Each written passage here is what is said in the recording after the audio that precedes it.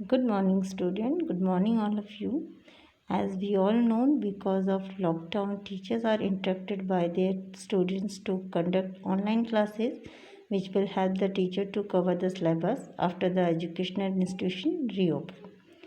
Today, we learn about pollen grain, which is the topic of our second chapter, sexual reproduction of flowering plants. Okay. जैसा कि आप सब यहाँ पे देख सकते हैं, it's a picture of pollen grain which develop male gametophyte.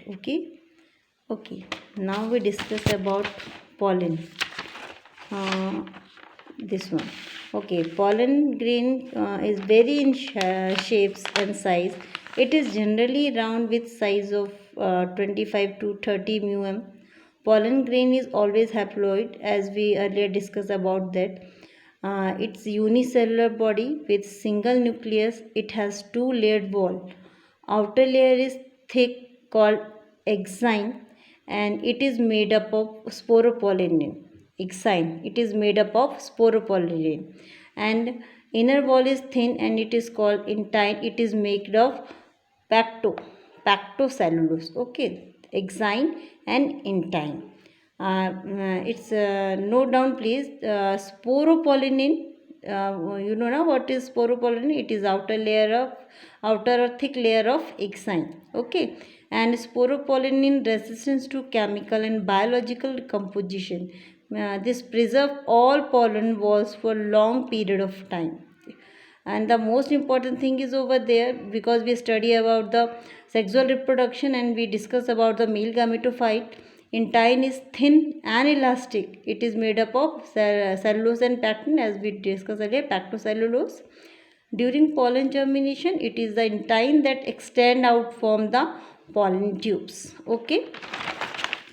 We study about pollen, so the branch of study of pollen is called palynology. P-A-L-Y and no L-O-G-Y. Palynology. Okay. This is all about pollens. Okay. Now we discuss here about the development of male gametophyte. The picture which is shown on the screen is the development of male gametophyte. The nucleus increase in size inside the pollen grain, and after it divide mitotically. Okay, it divide mitotically to produce two unequal daughter cells, a bigger vegetative cell, or we said also said it tube cell, and the smaller generative cell.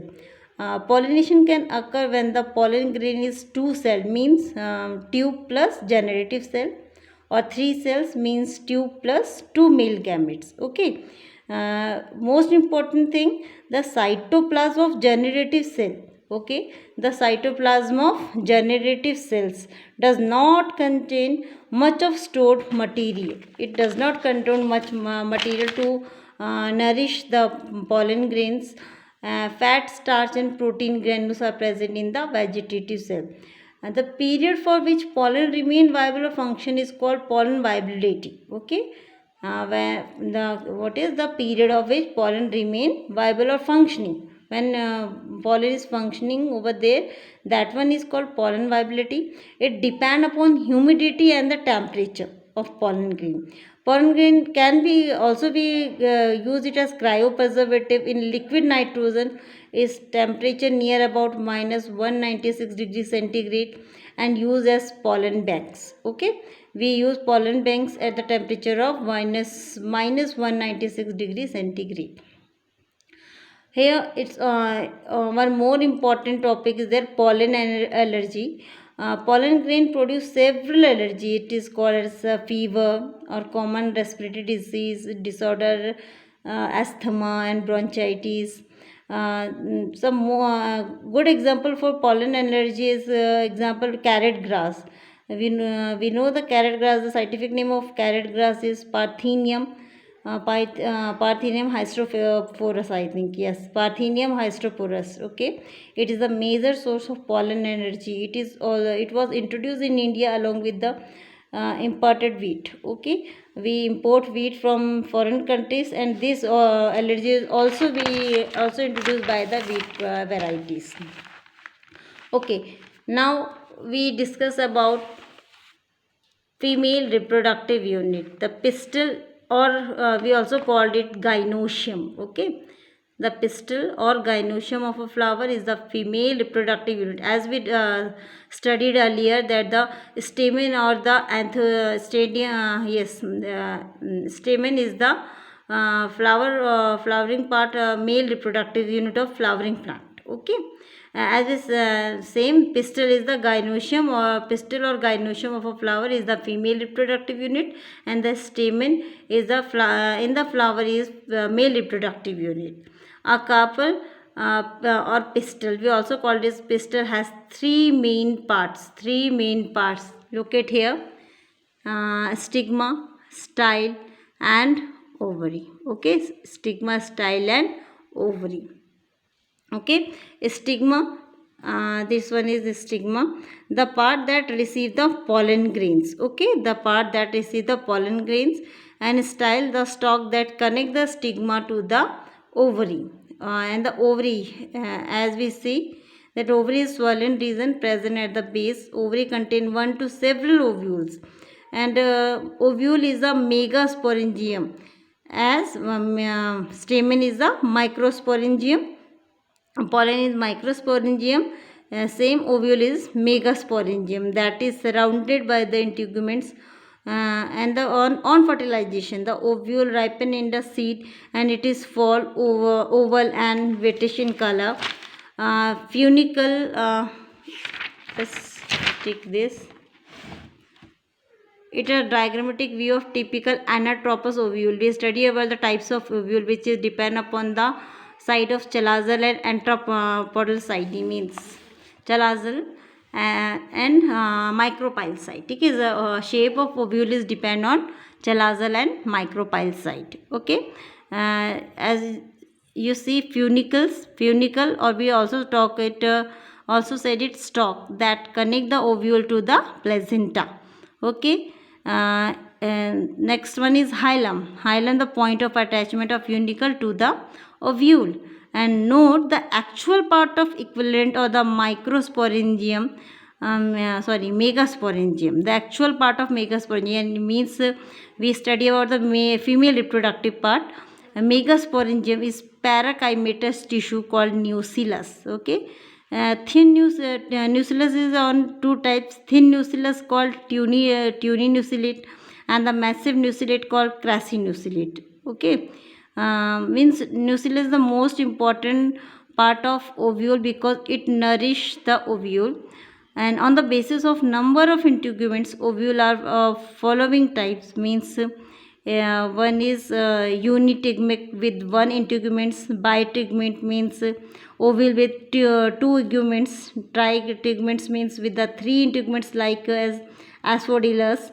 And ategumic is very important, ATEGMIC, ategument without integuments. Okay, this is all about the diagrammatic view of anatropous ovule. Microsporangium, what is as we know the what is microsporangium, the formation of haploid microspore. As same, the process of formation of haploid megaspore from the diploid megaspores mother cells, means MMC, called megasporogenesis. That one is in male, we said about PMC. Okay, pollen micro mother cells, and it is MMC, means mega mother cells, mega sporogenesis. In the micropyle region, this one is micropyle region, it helps the it helps the sperm, or it helps the pollen to enter in ovules, okay, for fertilization. Okay, the micropyle region, the nucellus contains cells that dense cytoplasm and prevenance in the differentiate into single MMC.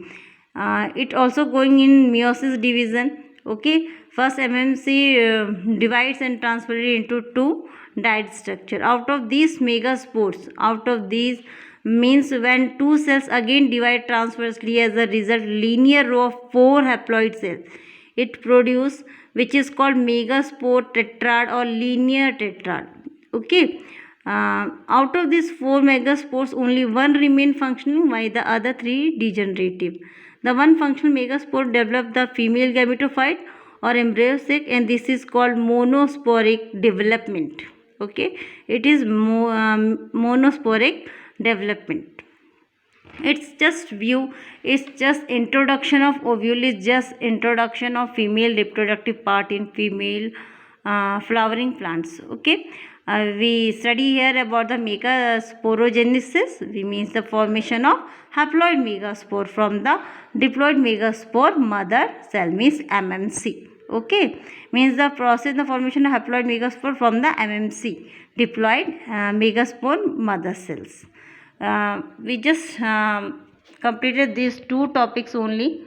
After that, on our second video, we studied about the whole process with the diagrammatic view, means the part of ovule showing the large megaspore mother cells. Okay, I hope you all understand about it. I hope you all enjoy this diagrammatic view or study.